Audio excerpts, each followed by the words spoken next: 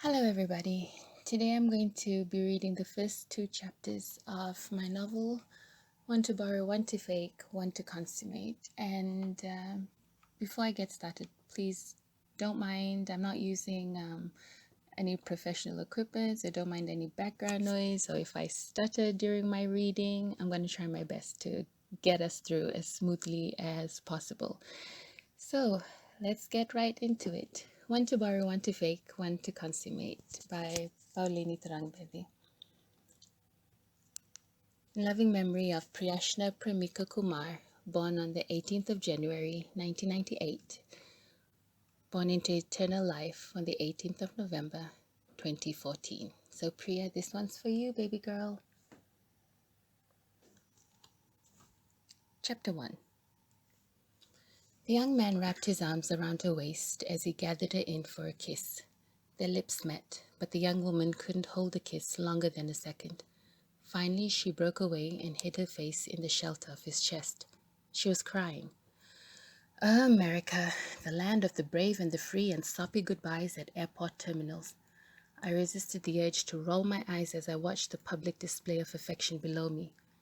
The young woman had returned to cover her boyfriend with kisses. She hugged him, released him, only to hug him tighter. People milled about the couple as if they were a pair of entwined willows, sentimental but not profound enough to solicit a second glance. Neither did the couple relent in the midst of the bustle. On the other hand, I wished they would see me watching and be embarrassed enough to stop.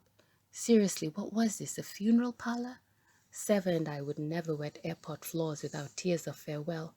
If there was crying, we would deal with it in the privacy of our homes. And lengthy mouth-to-mouth acrobatics over my Mbumbu's grave. But in all fairness, our separation was short.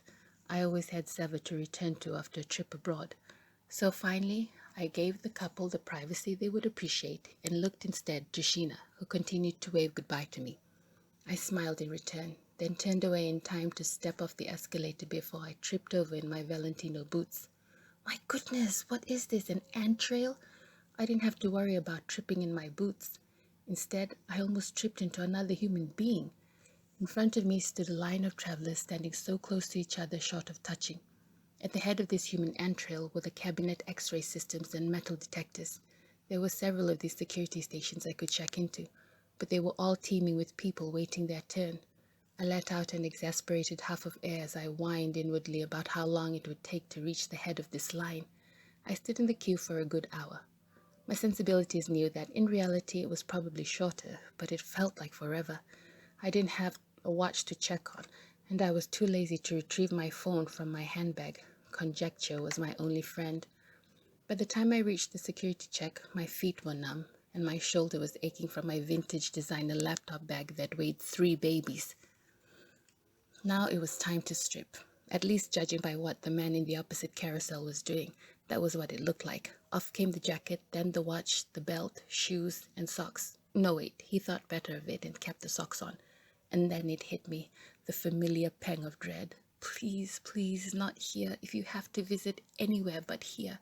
Too late. I felt it crawl up my legs, stun my stomach, ring my lungs before settling in my heart. Ba-boom, ba-boom, ba-boom.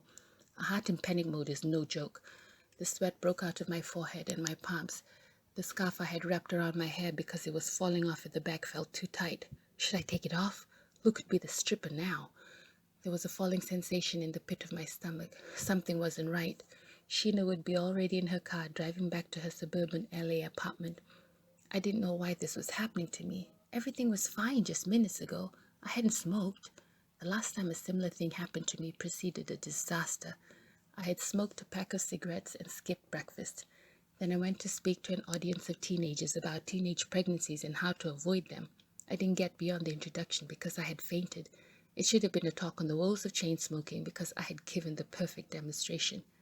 But I didn't smoke when I stayed with Sheena. She was my mother's friend. Mums and their friends shouldn't know about a daughter's unhealthy habit. No, if it wasn't cigarettes, what was it? I didn't need to ask myself the rhetorical question. I already knew the answer. It had started 2 weeks prior, leading up to Thanksgiving. I had only heard of American Black Friday sales, but it had been the first time I was caught up in it. My senses were bombarded with sales advertisements everywhere I turned. Sheena had been in on the excitement.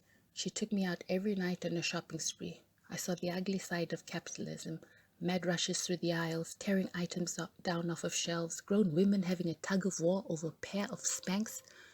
On one such trip, I saw a family loading their car with trolleys full of items. A homeless man appeared out of nowhere with his dirty hand stretched out to ask for a handout. The woman screamed. Security came rushing out, and the vagabond was escorted away by the scruff of his neck, not a penny richer. The family drove away, leaving behind a neglected packet of Hershey's Kisses that had fallen out of the trunk, feeding no one but the cold night air. On the ride home, I began to feel the panic rise up my throat and claustrophobia squeezing in. It was stifling hot in the Jeep, even though the air conditioning was cool. Sheena had given me a worried look from the driver's seat. I hid my panic behind a smile. Why did all this opportunity for material gain suddenly make me feel sick? This is what I had worked for all my life, right? This was a good life they said I could achieve, wasn't it? Then why had my anxiety risen to astronomical levels? I felt like Harry Potter and his mates trapped in Bellatrix's Gringotts vault with all the multiplying golden goblets. They would die under the weight of it all if they didn't get out. Keep it together, Nina. Keep it together. Breathe. Just breathe. But my chest was already tightening up, my throat shrinking in dryness. Come on, move. Hurry up, man. Get a move on. The man ahead of me was taking his sweet time, removing all the metal trinkets from his son's pockets.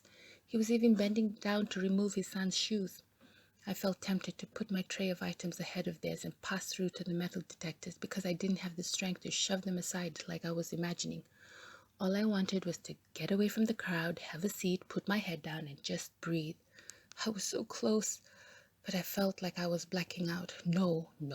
My pride would not allow me to faint in a mini dress because I wouldn't be able to decide how I landed. Oh yeah, and I didn't want to split my head open on the cement.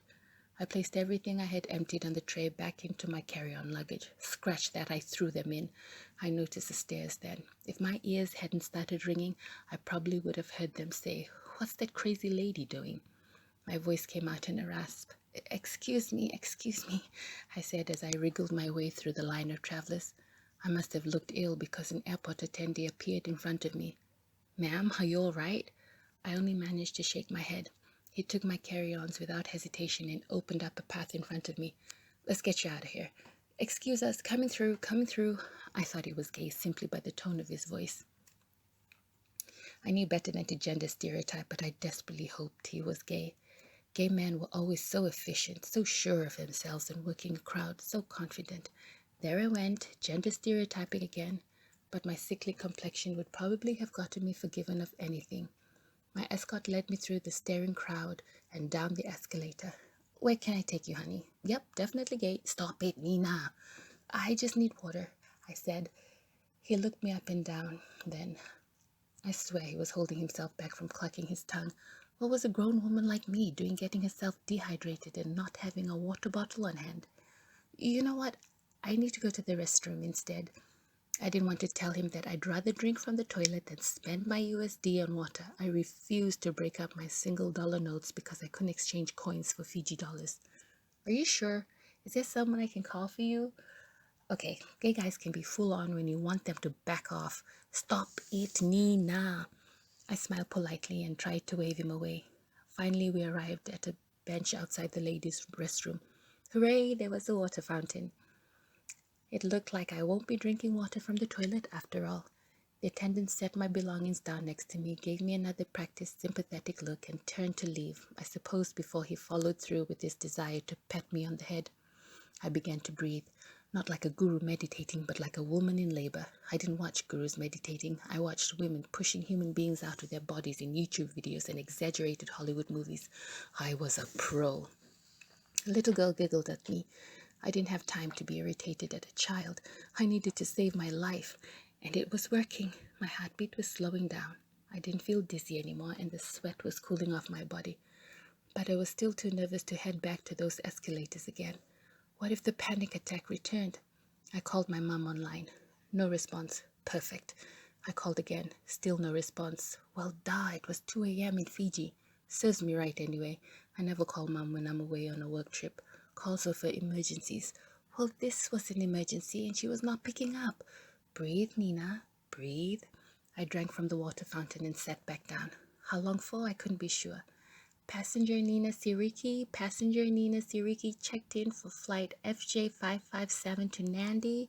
You are requested to make your way to Terminal B as soon as possible for boarding. I had no time to groan at my mispronounced name.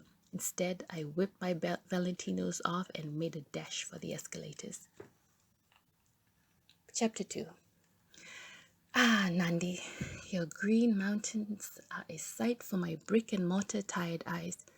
I stepped out of FJ557 a happy mess thanks to an unrecommended dose of 5 glasses of wine and a cramped sitting position over a 10-hour flight across the Pacific.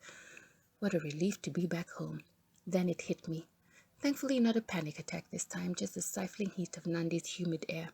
Traipsing about New York and LA during northern winters had made my senses forget just how hot my homeland was. My phone started to ping with incoming messages as soon as it caught the local network. I rolled my eyes. I knew it wouldn't be anything important, just backed up notifications from the mobile network company who spammed me left, right, and center with unwelcome promotional texts. I'd been advised to enable roaming on my phone, but I could only afford Valentino shoes because I paid for a cheap local SIM wherever I went instead of exorbitant roaming fees. It was only a little after 6 in the morning. I would clear customs around 7. My connecting flight to Suva wasn't until 9. Seva would pick me up and take me home. Seva, my boyfriend, I should call him. Suitcase wheels rolled by me as passengers hurried to clear customs while I speed-dialed Seva. Others leaned against the railings overlooking the mountainous terrain and posed for pictures. For most of them, their vacation had already begun. I switched my phone to my other ear. The call was not getting through. I tried again. Still no luck. I walked by the welcoming serenaders with their ukuleles, leis, and teki-tekis without so much as a glance. I stood in line at immigration and called again. Same response, none. What's wrong with the man? All he had to do was keep his phone ready to receive my calls. By the time I had picked my 2 suitcases from the carousel, bought duty-free drinks, and cleared biosecurity checks, I was in a foul mood. I didn't bother to stick a neutral face on as the sliding door split open to the warm faces waiting to greet passengers at arrivals. I wound my fists tightly around the trolley handlebars and pushed my way out to the road. My scowl deepened with every step. Bulavanaka, taxi here, going to town? A taxi driver with a bowler shirt open 3 buttons down from the collar, gold chain around a skinny neck, and slicked back black hair tried to get my attention. No, you idiot, I'm a local. Why would I pay your $5 flag vault just by hopping in your cab? It's daylight robbery. If I showed you some ID, would you change your meter to $1.50? No, I didn't think so, so leave me the heck alone. I have a plane to catch. Good thing I only said all that in my head. It wouldn't have been the best first impression of the country for the giggling tourists in their mini shorts behind me. Besides, I had better things to do than vent at a taxi driver. I had a boyfriend to kill.